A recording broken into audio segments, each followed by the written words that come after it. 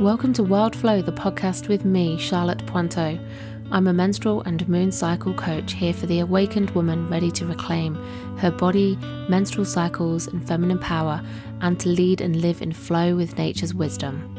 In this podcast, I'll share how you can live in flow with your menstrual cycle and nature's seasons, heal your relationship with your womb and rites of passages, and embody your wild feminine in life, mothering, and business for maximum abundance, creativity, pleasure, and ease. Are you ready? Let's flow.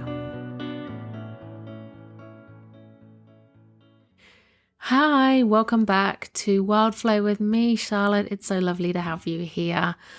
How are you today? How's it going? Whereabouts in your cycle are you? How are you feeling? Today, as I'm recording this, we're approaching the first quarter moon, which is early in the moon cycle. So the moon is growing and it lines up to about the first week in to your menstrual cycle, which would be after your period has ended. And the energies of both are where your energy is rising. And I bled last week, just before the new moon came. So now my bleed has stopped and my energy is rising, and I'm in a season of my cycle that feels quite aligned to where this moon is at. So my energy is rising. I'm on cycle day. What day am I? About cycle day 9 today. But because I'm having quite long cycles at the minute, this means that I'm very early in my cycle. I'm expecting just in the first phase. So let's see this cycle if it's going to be another long one. And I invite you to check in, take a moment to check in and think about whereabouts in your cycle you are. So on to today's episode. And I'm actually going to help you if you're not sure where you are in your cycle, to be able to work that out, to know that easily for yourself, and to become really aware of what your cycle experience is. So to know whether you feel, the same kinds of feelings at similar times across your cycle. So if you've listened into the first few episodes of Wild Flow, you know now that I'm really big on cultivating a relationship with your menstrual cycle as a really powerful embodied form of self-love, but also as a spiritual practice. So for me, actually bringing a spiritual practice or a mindfulness practice or whatever you might like to call it, bringing that out of our heads and from the realm of looking at the universe for guidance or feedback to help us make decisions in that spiritual sense, bringing it back into the body, making it an embodied practice, for me, I think is just so important. Because as women, for thousands and thousands and thousands of years, we've been shamed, hurt, we've been suppressed, dominated as well, and just totally disempowered when it comes to our bodily rights, our body autonomy, the freedom of choices that we have around how we care for ourselves and what we actually do with our lives and our bodies. We've had access to knowledge stripped from us about both what's happening in our bodies, but then knowledge that we need to help us make informed choices that put our health and our preferences at the front.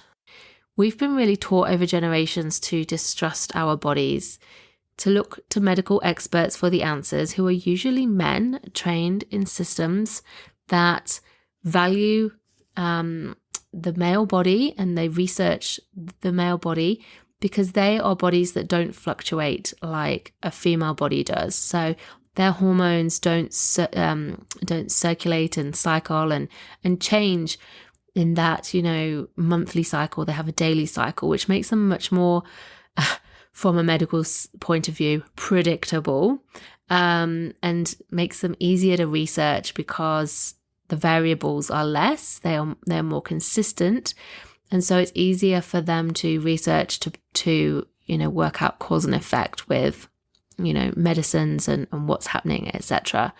So they've typically steered away from researching women's bodies and women's health because we're too unpredictable. We are not consistent enough for them. And so what's actually happened is all the data that we have for so many health conditions is actually based on men's health and men's bodies. And actually lots of things, just for example, cardiovascular health, heart attacks, just for one example, present differently in women than they do to men. And we're only just finding this out now. It's something we've just always been told what to look for. You know, if you're having a heart attack, but actually it looks differently in women. So, you know, that's just one example. And then there's the whole world of menstrual health and reproductive health and hormone health. We just have so little data on it. There's so little care, so little training given to GPs to help us to get the care that we need, you know, to deal with really common complaints, situations, experiences that we have. And so, you know, really it's no surprise that we distrust our bodies, because when we look for help, we're told that what we're experiencing is either normal or it's really common and just to get on with it. You know, we don't have the understanding of what's going on. You know, just because something's common doesn't mean it's normal. So I really believe that coming back to our bodies, learning about our bodies, connecting with our bodies, cultivating this respect with our bodies helps us to trust our bodies again and to reclaim it. And also to promote care, you know, making it important, holding people accountable, pushing the agenda that women's health really, really matters. So like ancient knowledge has really been robbed, you know, over centuries, millennia. You know, lots of women would have been the go-to doctor. So, you know, the midwives, the herbalists, the priestesses, the healers, you know, they've all been women really over time. And, you know, as part of, you know, organized religions and patriarchy coming in, they really cast aspersions on that and said that we shouldn't be trusting that anymore. And all of these, anyone who had this role, you know, over the last millennia particularly, have been burnt as witches. So, you know, we really have this distrust of anything that's not medical and mainstream. You know, even though, you know, alternative health or Eastern medicines or these ancient medicines and healing modalities have been around for forever, basically. You know, we don't trust them. And so we've grown up without this basic level of trust. You know, and lack of understanding of our biology. You know, things like we're being taught to be careful, you know, that we could get pregnant at any point, even though that's not true. We've been taught to, you know, that our bodies are wild and unpredictable and just, you know, erratic, emotional, you know, this physical home that we have, that we live in, and that we feel so much that it's our body that's letting us down, that's hurting us and that's betraying us, when actually it's, you know, it's our culture and it's, you know, it's the lack of knowledge that we have. So bringing back trust in our bodies, reclaiming all of our rights begins for me with learning what's going on inside our bodies, learning what our cycle is doing, you know, as it is a marker of our health, the fifth vital sign of health. If you've not heard me talk about that, go back to the previous episodes to hear all about this. So yeah, we've got to understand what's going on in our body so that we can be sovereign and informed in our choices, so that we know what's normal for us, so that we can support ourselves and not feel thrown and, you know, let down by our bodies, because our bodies are really not letting us down. So the first step for doing all of this for me is charting your cycle. I think it's vital that we are all taught and learn, you know, right from an early age to chart our cycles. So if you have a menstrual cycle at all, whether it's now regular or irregular, wherever you are in your menstrual journey, whether that's just at the beginning, you know, you're in puberty, you know, or your child is, you know, they've just started their bleed and reached menarche, or you're reaching the end of your menstrual journey, you're at perimenopause, your cycles are changing, and you're on your way towards menopause. It doesn't matter where you are, whether you're pregnant or postpartum or, anywhere in between, it's really, really helpful to chart our cycles. So what is cycle charting? Cycle charting is where you make an observation every day of what you're experiencing that day. It's that simple. And if you do this daily, you build up a picture over time of what your whole cycle experience is. So you can spot patterns and changes. You can work out when you're fertile and less likely to be fertile. You can help to identify underlying health issues. You can just learn what the hell is going on with your body and to take the mystery out of it. So if you have a cycle charting at its most basic could look like for you to just record the days when you have a bleed. You might want to write down how much blood you have, whether it's heavy, whether, what color your blood is even, and any symptoms that you have with that. So, or sensations. So whether you do have, womb cramps or lower back cramps or headaches or, mood changes or, just simple little things like that. So you can just take it super basic and just record the days when you have your bleed. But because your cycle is so much more than this, and there's 4 phases to the cycle, with the main event being ovulation, it's super helpful to record what's going on with your body across the whole cycle, because that can help you to pinpoint ovulation so that you know that you are ovulating, because ovulation is so important. It's actually super critical to your long-term health.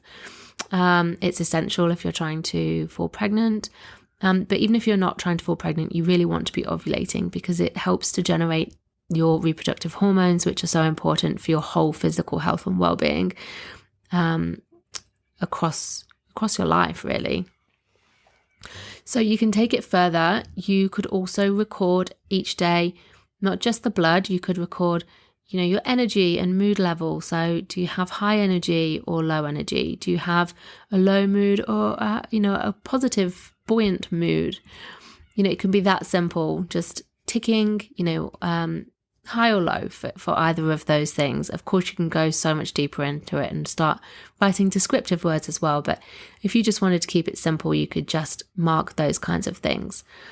You can also record your wetness. So cervical fluid, this changes across your cycle. Cervical fluid is a hydrogel that your cervix makes. Your cervix is that gatekeeper between your vagina and your womb. And it opens and closes. It's like a gate. So it opens and closes. It opens when you're around ovulation, so that it could potentially let sperm in to try and fertilize an egg. And it also opens up slightly when you're bleeding to let the blood out. So your cervical fluid is a fluid that your body makes to kind of lubricate yourself, really, for sex, but also to help sperm swim through these channels to help find the egg to make it easy. But then also it dries up, before and after ovulation to basically block sperm. So if you're starting to record the quality of your cervical fluid as well, you're getting a really awesome insight into these changes as your body's gearing up, around that middle of your cycle, because we can easily see when you're bleeding because it's blood, right?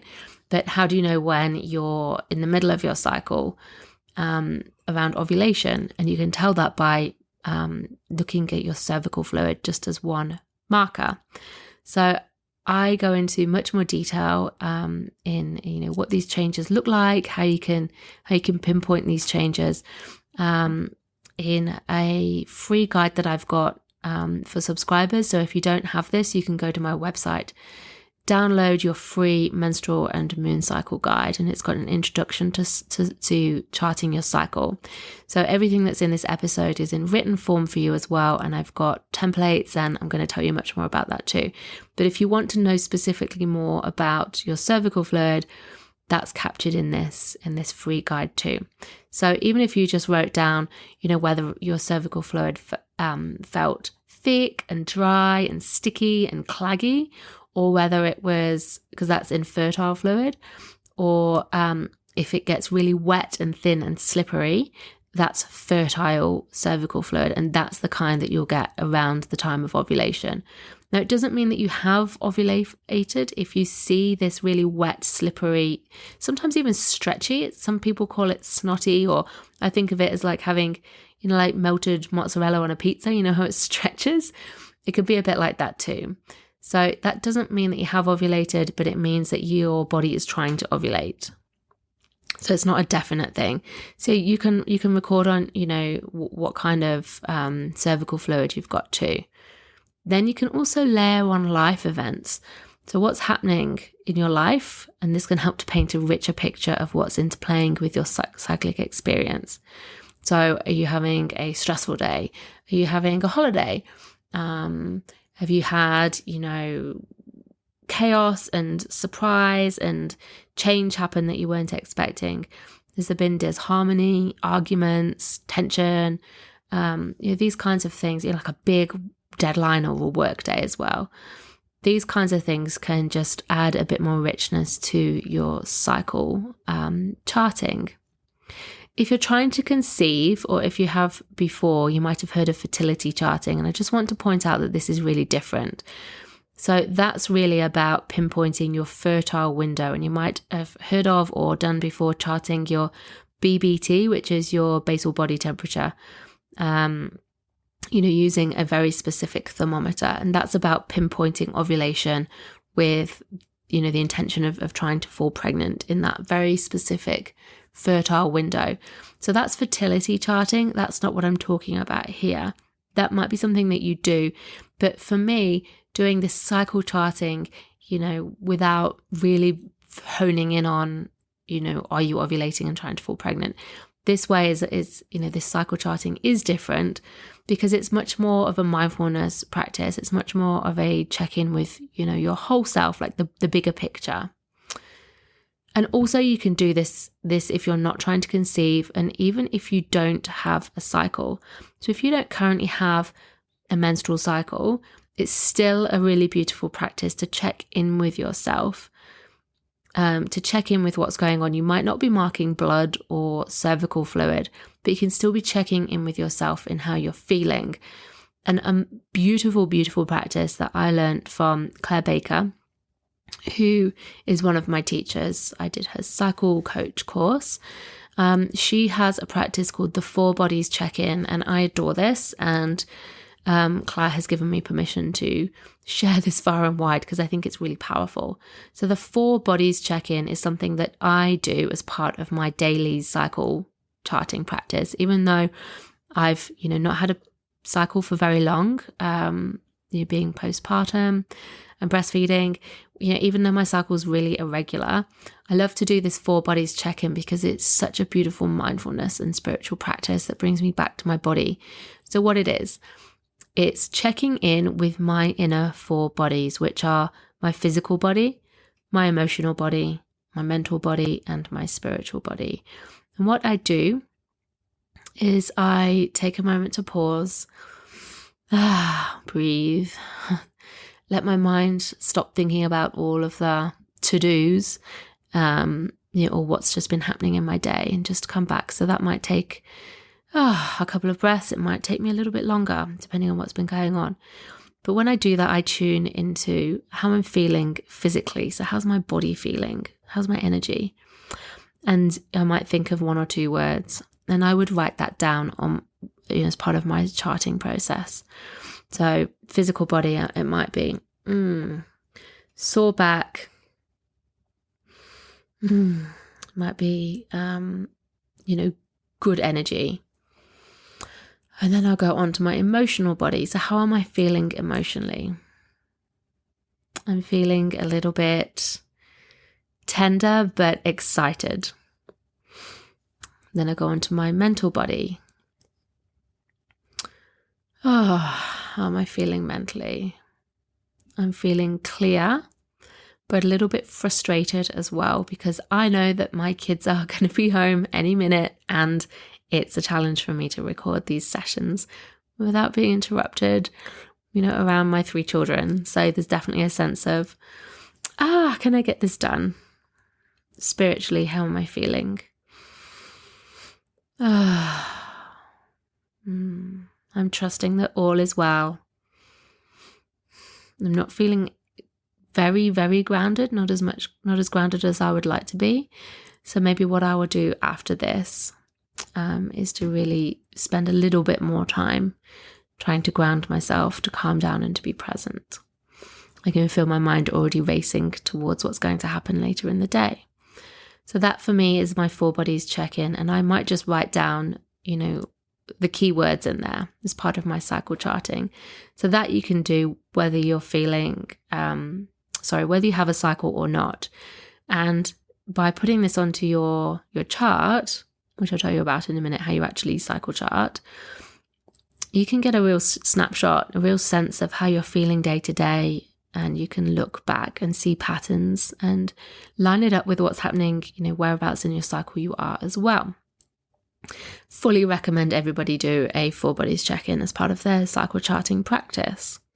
So if you don't have a cycle, another thing that you can do is, instead of measuring blood or cervical fluid, you could look at what the moon is doing, because the moon is the same length as the average menstrual cycle. It helps to give you a structure and a rhythm and that pattern, that monthly framework to work with, even when your body doesn't inherently have that right now.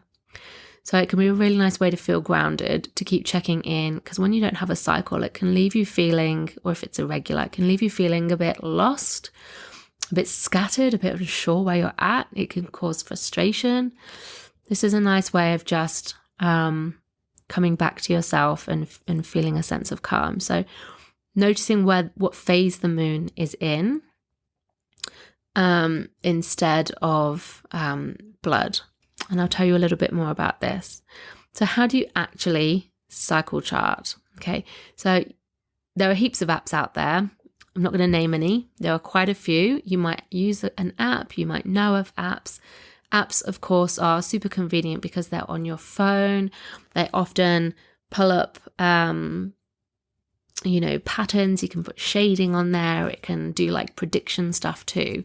However, I just want to say that those are based on algorithms. Our bodies are not based on algorithms. Those can actually lead you into a false sense of security. Like if you're tracking fertility, for example, they can predict your periods coming when your body's not, definitely not ready for your bleed yet. They're not, it's not your body, and bodies are not algorithms and computers. We do fluctuate, we do respond to what's going on in the outer world, and as well as our emotional world. So I really actually think it's, yes, it's helpful, especially for teens. Teens, love apps, but there's so much value in just coming back to a simple pen and paper chart, because then there's no outside influence of where you should be, and it, which again just leads to that sense of distrust because you're not where you think you should be or what the app's telling you to do. You can also make it your own. You can record your own things. So I've just mentioned a whole load of things that you might want to record. It's hard to get all of that as custom data into an app, but on a pen and paper, you can do what the hell you want. You can also use a journal if you want to just write something every single day. But if you use a chart, like the templates that I have available from my website, which is the free gift that I give to subscribers, then you are able to, they've got prompts on there. You can just fill in the gaps every single day. And then, it's captured, it's presented in a way that you can see the whole cycle, the whole month at of an overview. And then you can keep your papers, you can come back, you can check, you can staple them together or file them away. And you can compare, you can look back at, whereabouts in your cycle you were last time. Did you feel the same way or have the same symptoms or signs, or, what was your mood doing at that time? Was your inner critic raging just the same as it is right now last month? You can see all these patterns. If you have it on paper, you can compare much more easily than swiping between views on an app. So I do fully recommend, whether you're brand new to this or whether you've been doing this forever, personally, I think pen and paper, are super, super awesome, especially for teens as well, so that they learn what's true for them rather than falling into the trap of feeling like they should be somewhere they're not. So how it works, you don't have to wait until any particular time to start. You can just start immediately, like today. If you don't know when your last bleed started, it doesn't matter. But if you do, then that would be day 1 of this current cycle. So, if you bled 2 weeks ago, then that would be day 1. And now you might be on day 10, 14, whatever. If you don't know or you can't remember, just start today. You don't have to write down what cycle day you're on. You can just simply start filling in the blanks and doing this recording of, whether there's blood or cervical fluid or just how you're feeling in your 4 bodies. Or you might like to just shade in, whether you've got a high or low mood or energy, for example. Whatever it is that feels good to you to do, you can just start today. And then you do this every day. And you keep going until your next period begins. So the first day of your next bleed is a new cycle, and you would want to print off a new chart and start a new cycle, a new piece of paper. So it's also just to point out that it's the first day of full flow, not spotting.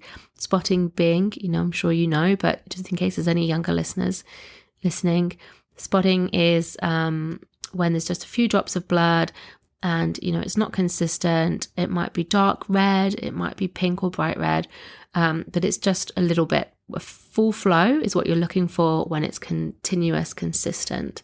Doesn't matter whether it's light or heavy, that's considered your first day. And that is when you would start a new chart.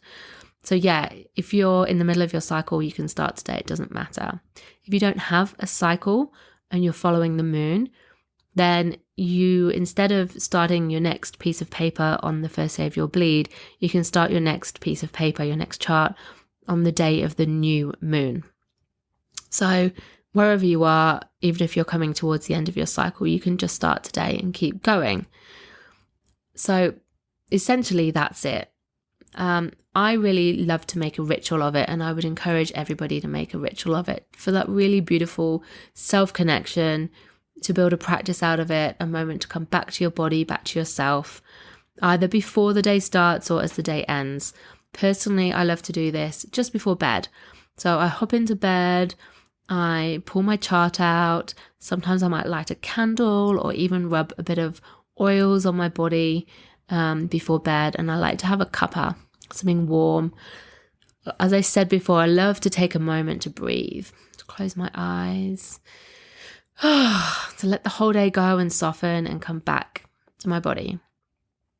I think it's really important to do this so that you're present and you're tuning into what's really going on in your body, rather than just rushing in. Because when you rush, you can sometimes just, the first thing that comes to mind, or you're just guessing, or you're not really tuned in. You can almost be like on automatic, like autopilot. And what you're writing down or thinking or feeling isn't actually the truth, or it's not really what's going on underneath it. So taking that moment just to pause and ask, how are you feeling? In each of those 4 bodies, physical, emotional, mental, and spiritual, can really help you drop into your truth, not just the superficial first thing that comes to mind, because that's not really that helpful, is it? So taking a moment before rushing it out, just taking a minute, you might want to put your hands on your body or just sit there and breathe, whatever feels right to you. So I love to do this at bedtime at the end of the day, because I can look back and think, what happened today? Was there any significant event or occasion, or what happened? What was my predominant mood today? But you might like to do this in the mornings. If you're a morning person, you might want to do this before you get started, as a way to just check in with yourself before the day starts. If you're doing it that way, you might like to even create an intention for your day based on how you're feeling or where you are in your cycle. Totally up to you. There's absolutely no right or wrong. That's the main thing I want you to know about this. There's just no right or wrong. It's not something else that you need to add to your to-do list that you can beat yourself up for forgetting to do or not doing it right. It's not like that. It's your practice. I'm all about you doing what feels good to you. I would never, ever tell anyone there's only one way of doing something. I'm all about you using your sovereignty, your intuition, connecting to your body, asking what feels right and good for you. And also, if you forget to do this one day or 2 days or for a whole week, who cares? Doesn't matter. Don't beat yourself up about it. It's not about that. That goes against the whole point of this. But it's just a really nice practice to have, to come to do as much as you can, as much as feels good, to help you, really work out what's going on in your body. So, as I said, it's all about self-connection in the moment, but also zooming out and looking at between cycles as well, noticing these patterns. Is there consistently a challenging time of your cycle? Do you always get the same physical symptoms or feelings or sensations, at specific times of your cycle? Does your inner critic come out to shout at you and self-sabotage at certain times of your cycle? When you start to know this, sensing, frustrations or physical feelings or emotional or mindset feelings that come up for you, you can spot these as patterns. You can begin to predict them and support them. On the flip side, you can also notice whether there are times that you feel particularly good, super creative, more productive, you don't have pain, for example. Whatever it is for you, when you start to notice if there are patterns, not everybody has patterns, but you might do, it's really common too, then you can optimize these by using your greater confidence and resilience and energy to do, whatever it is in your mothering, in your relationships, in your friendships, in your business, at work, in your personal practice, exercise, you name it. You can really optimize those. If you know that it's going to happen, you can plan for it. You can work with those energies and qualities when they come up for you. It's just a super powerful and super beautiful practice. Also, though, not only can you do this for yourself, if you have a daughter who is either not far off beginning her cycle or has begun, you can teach her to cycle chart too. So if she doesn't have her cycle yet, if she's coming up to it, or if her cycle's irregular, which it really commonly can be in the first few years particularly, you can encourage her to follow the moon. So go and look outside at the moon. What is the moon doing? Teach her that her body changes, her energy changes, just like the moon does. It waxes and wanes, and so does she. That she'll feel differently at different points depending on what her body's doing, just like with the moon. The moon shines brightly and then it goes a bit darker and has more within time. And you can just draw this comparison for her and give her something to look at, to notice, to observe, to begin to appreciate this existence of this cycle in this way. She could do her four bodies check-in. You could begin to teach her a mindfulness and a body connection, body wisdom practice. If she has begun her cycles, obviously it's really, really super helpful for her to begin to notice what her cycle is doing, to see how long her cycles are, how long she bleeds for, what physical symptoms that she has, how regular, what the duration is and the frequency, how often her period comes to, which is really powerful to help her not feel kind of lost, and to have a sense of, autonomy and control over her body and her cycle as well. You can keep your charts to yourself, or you can share it with your family. Not just your child, your partner might also be interested to know if any patterns do present, if you notice any patterns. They can be supportive, they can be informed if there's a time that you struggle with. So they know it's not just your hormones, that you can empower them to help you, to support you, to be there for you. You might like to start a conversation about when you're bleeding, it's their time to step up and you can soften. And then when you're ovulating, it's your time to step up and they can take a step back. I think that's just really powerful. You might put your daughter's chart. If you have one or more daughters, you could put all your charts together on the fridge if you wanted to, so that you've got a whole family picture of what's going on. You can notice if your cycles are syncing. You can notice who's in what part of their cycle, who's going to have their bleed when. You can start to know, who's going to need a bit of extra support or space at different times. Like, how cool is that? But if you're not feeling that, then you might just want to have a quiet chat with your daughter. Between the two of you, you could share and compare and just open up a conversation of noticing what your cycles are doing, how you experience it differently, also to give you a real clear insight as to whether there's anything that's, making you wonder whether everything's okay too. You might be able to support her to predict when her periods are coming, so that she's got what she needs to take to school, to take to her, dads if she goes to stay with her dad, or friends and sleepovers and campouts and sports and all that kind of stuff, just to be prepared. And if there is something that you were worried about, then, you've got your charts as like evidence, for you and for her, that you can take with you so that you're armed, and it will help your doctor to get a clearer sense of what's going on for you in your cycle. So it's not just something that, you're going anecdotally to say. They might come back at you with a whole heap of questions. If you take your chart with you, you've got everything you need, and it will help jog your memory as well. So imagine as a child, if you had your mum teach you how to cycle chart, how might you have felt then about your body and your cycle? How might this have impacted how you feel about it now? What beliefs and choices that you've made across your life might have been different if you had this connection to your cycle? How might you have reached out for care if you had evidence of cyclic patterns or pain or other signs of a menstrual or reproductive health problem?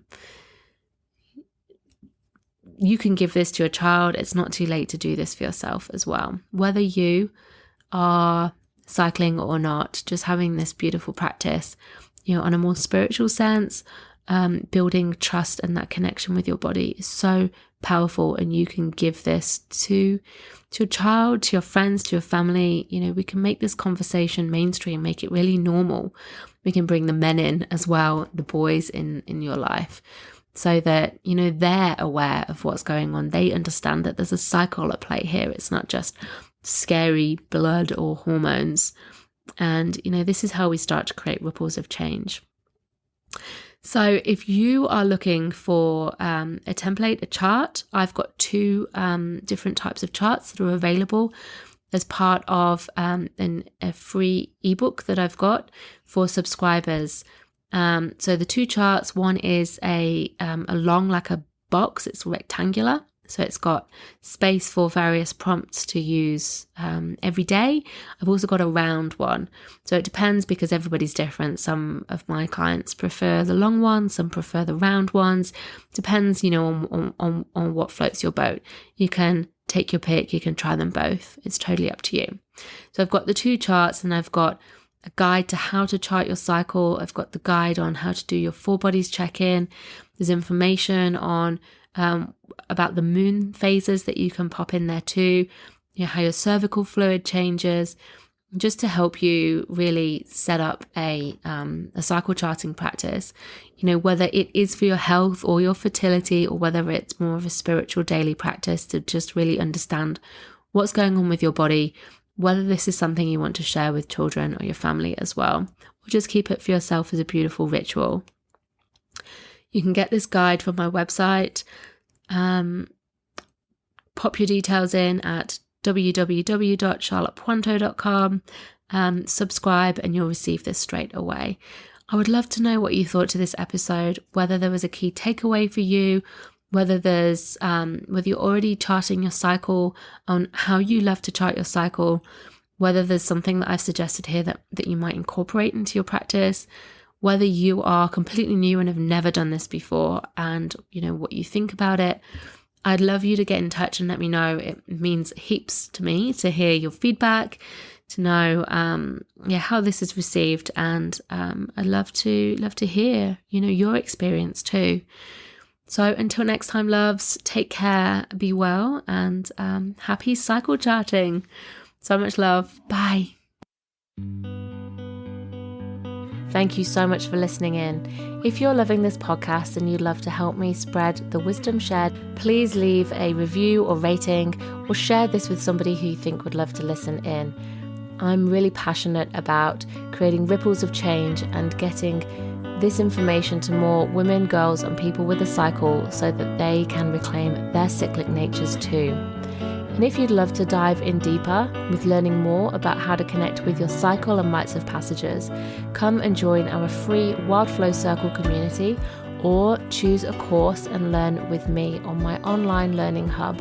All the links are in the show notes. And until next time, be well and go with the flow of your cyclic nature.